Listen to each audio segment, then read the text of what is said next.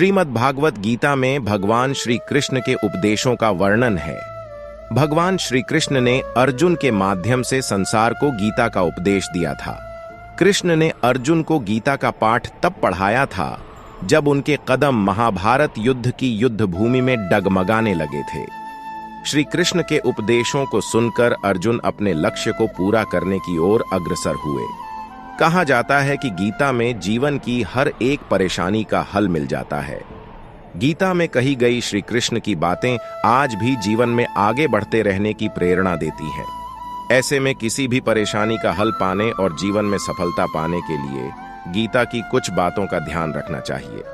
माना जाता है कि जो भी व्यक्ति गीता की इन 5 बातों का जीवन में अनुसरण कर लेता है, वह हर काम में जरूर विजय हासिल कर लेता है। ये रहे गीता के अनमोल उपदेश जो जीवन को नई राह दिखाते हैं। पहला, फल की इच्छा छोड़ कर्म पर ध्यान देना चाहिए। गीता में श्री कृष्ण ने कहा है कि मनुष्य को फल की इच्छा छोड़ ढाकर कर्म पर ध्यान देना चाहिए। मनुष्य जैसा कर्म करता है उसे फल भी उसी के अनुरूप मिलता है, इसलिए व्यक्ति को अच्छे कर्म करते रहना चाहिए। कर्म का फल जल्दी मिलते न दिखे तो इंसान निराश हो जाता है।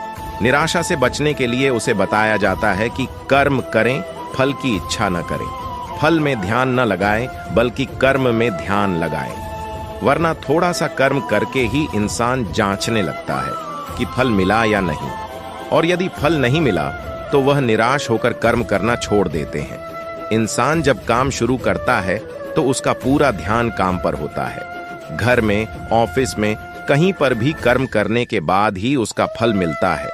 फल देखकर इंसान के साथ एक नई बात होती है जो उसे जल्दी समझ में नहीं आती। कोई सेवा करता है तो शुरुआत में सेवा ही उसके लिए मुख्य होती है। कुछ समय के बाद उसे सेवा का फल मिलता है, फिर इंसान उस फल की तरफ ध्यान देने लगता है। 99% लोगों से यह गलती होती है कि फल मिलने के बाद उनका फोकस कर्म से हट जाता है। जब इंसान कर्म करता है और फल में अटकता है तो उससे यह नुकसान होता है कि जो दूसरा रास्ता उसके लिए खुलने वाला है वह उसे दिखाई नहीं देता। वह दुहक के गीत गाता रहता है, अब आगे से मैं किसी पर विश्वास नहीं करूंगा, किसी से प्रेम नहीं करूंगा। इस तरह इंसान अपने अज्ञान के कारण ये सब बोलता रहता है। एक सुलझे हुए स्वभाव का डॉक्टर जब पेशेंट से फीस लेता है तो वह कहता है कि पहले मैं पेशेंट को चेक करूंगा, ठीक करूंगा, बाद में मेरी फीस मुझे मिलेगी ही। कुदरत का कानून जानने वाला डॉक्टर यह नहीं कहता कि पहले मेरी फीस दो, बाद में मैं पेशेंट को चेक करूंगा। एक डॉक्टर जिस भावना के साथ पेशेंट की सेवा करता है वह भावना असर करती है, वह भावना ही कर्मात्मा है। जब लोग फल पर ध्यान देते हैं तो फल मिले या न मिले नुकसान ही होता है। कर्म का फल मिला तो लोग लापरवाह हो जाते हैं। जैसे एक विद्यार्थी यह सोचकर लापरवाह हो जाता है कि पिछली बार परीक्षा नजदीक आने पर आखिरी दिनों में मैंने थोड़ी सी पढ़ाई की और पास हो गया था, इसलिए इस बार भी ऐसा ही करूंगा। लेकिन इस बार जब लापरवाही के कारण वह फेल हो जाता है तो कहता है कि इस बार मैं ओवर कॉन्फिडेंस की वजह से फेल हो गया। हालांकि उसे यह पता नहीं है कि समय पर पढ़ाई न करके उसने लापरवाही की और अपनी इस वृत्ति के कारण वह फेल हो गया। जब कर्म का फल आसानी से मिल जाता है तो अगली बार इंसान लापरवाही से काम करता है और इस कारण उसे परिणाम नहीं मिलता। कर्म को सबसे अच्छी तरह कैसे किया जाए वह इस बात पर फोकस करता है और इसका उसे महाफल मिलता है। इसीलिए कहा गया है कि फल पर ध्यान न दें, फल की इच्छा न करें, क्योंकि फल न मिला तो निराशा आ घेरती है। कर्म करो और फल की इच्छा मत करो। ऐसा सोचने वाले अपना कर्म करने के बाद फल के लिए दूसरों पर निर्भर हो जाते हैं। आपने किसी को स्माइल दी तो सामने वाला भी आपको स्माइल दे, यह जरूरी नहीं है।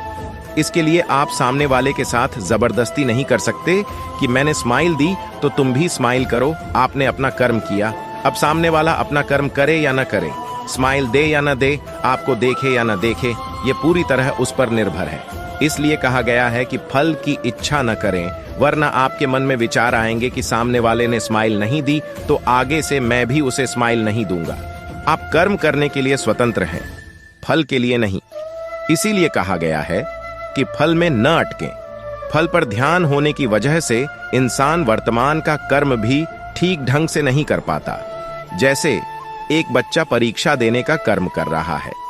उसके पिताजी उससे कहते हैं, अगर तुमने परीक्षा में 90% मार्क्स लाए तो मैं तुम्हें स्विट्जरलैंड ले जाऊंगा। अब वह बच्चा परीक्षा दे रहा है और सोच रहा है कि स्विट्जरलैंड में क्या क्या होगा। आप समझ सकते हैं कि उसका परिणाम क्या आया होगा। परीक्षा में उसे कम मार्क्स मिले।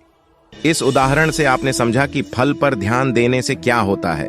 कर्म करते वक्त अगर इंसान फल के बारे में सोचता रहे तो नुकसान ही होगा। जब आप कर्म कर रहे हो तो सिर्फ अपना उच्चतम देने की कोशिश करें। कर्म पर ध्यान दें, यह न सोचें कि मेरे कर्म का श्रेय किसे मिलेगा और जो फल मिलेगा वह कैसा होगा। यदि कर्म के फल में नहीं अटकेंगे तो आपको उस कर्म का महाफल मिलेगा। इंसान फल में ही अटक जाता है। फल न मिलने की वजह से दुखी होता है, उसे निराशा महसूस होती रहती है। कुछ लोगों के लिए फल में अटकना बड़ा नुकसानदायक होता है, क्योंकि फल न मिलने पर अपने आप से उनका विश्वास उठ जाता है और वे हीन भावना से ग्रस्त हो जाते हैं।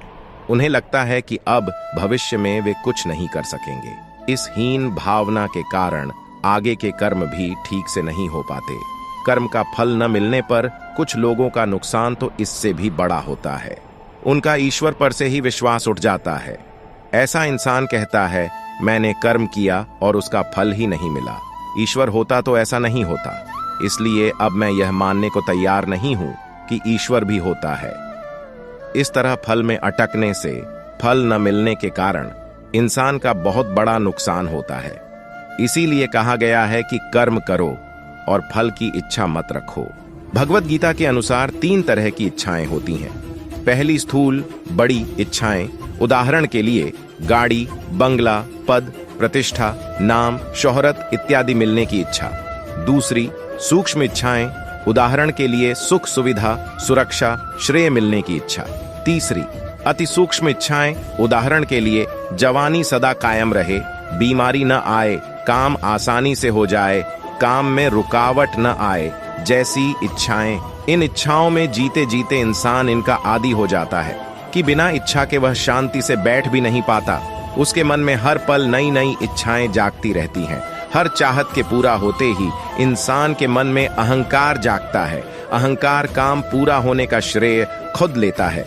मैंने किया, मैं श्रेष्ठ हूं का भाव जगता है। अहंकार का यह भाव भविष्य में दुहक ही लाता है। दुहक का निवारण तब होगा जब हम इच्छा की इच्छा करने की आदत छोड़ देंगे।